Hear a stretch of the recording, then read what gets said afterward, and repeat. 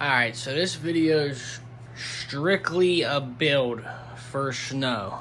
I'm already seeing the comments about the arms. If you're running this truck in 10-degree weather like I am for 3 months out of the year, 4 months out of the year, you do not want plastic arms. I don't care what anybody says. Warm weather, yes. Metal arms, junk for bashing. They'll bend other stuff. I get it. Anybody that lives in a cold climate, though, and they're running their trucks in the winter, especially in the snow, this is what I've found to be the best build for a fire team. I mean, you could put this into a Mojave or an Outcast, a Creighton, I mean, whatever you want. But I like running a fire team in the snow. It's like a Creighton 6S and a Mojave mixed, which to me is like the best of both worlds. Now these in the front are just knockoff truggy tires. I was running the Outcast 6S tires in the front. I found these to be better. I'll put a link to what they're named. They're only $30 for the pair. Power Hobby paddle tires in the rear. Best paddle tires, I think. Thickest, deepest tread. I mean, that tread goes in there. I mean, it absolutely rips. I'm going to put a video of it running after this. GPM all aluminum arms all around. GPM aluminum chassis braces, custom carbon fiber chassis brace, GPM body mounts. Plastic ones will snap in the winter. I can guarantee you. I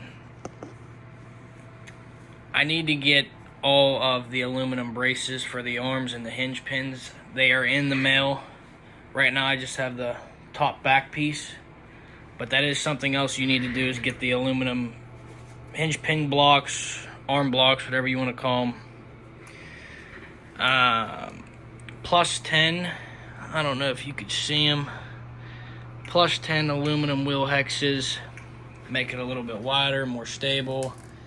I did put a wheelie bar on here as well. This is from an Arma Vortec 3S. It's bolted on it. It works great. I really think that's it, man. I mean, heat sink fan. Obviously, it has high-speed gearing. Absolutely never overheats. And that's really all you need to do to them, man. I mean, you can go all out and get the aluminum knuckles and the axle carriers. I mean, that's up to you. If mine break, I'm going to, but they have not broken yet, so I'm not worried about it. Also, we got the snow bag too, but that's just...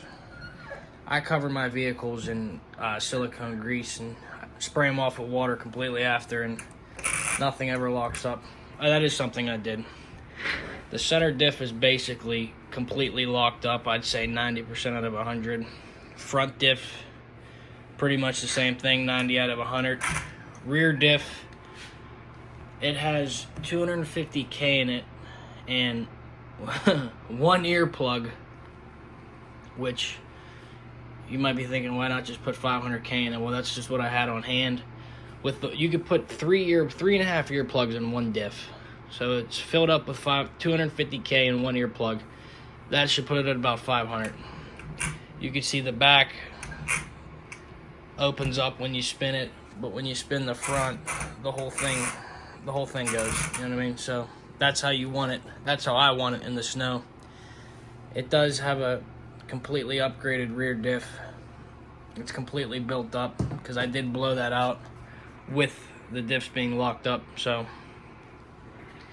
other than that, though, man, I mean, it's a complete beast. I mean, you will not... Got the fire team out. New chassis braces, carbon fiber center brace, all GPM aluminum arms. I already know they're gonna bend, blah, blah, blah. This truck don't do heavy bashing. It's kind of just mostly stays on the ground. High speed gearing, EXB rear and center diff, I mean, it rips. So got the fireteam out, new chassis out, new chassis braces, carbon fiber center brace, all GPM aluminum arms. I already know they're gonna bend. This truck don't do heavy bashing. It's kind of just mostly stays on the ground. High speed gearing, EXB rear and center diff. I mean, it rips. So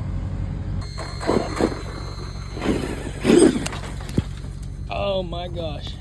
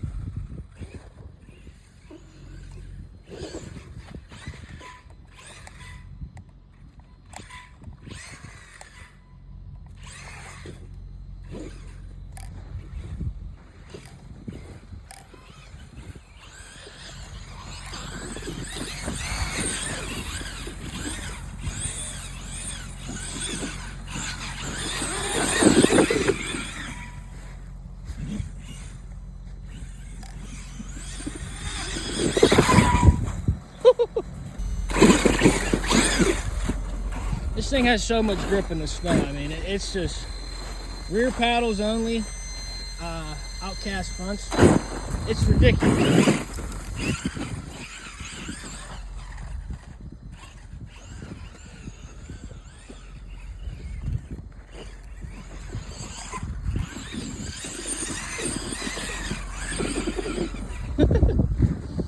Yeah, I mean, it's unreal, man. Anybody that doesn't like this platform, I'm convinced that they've just never driven it.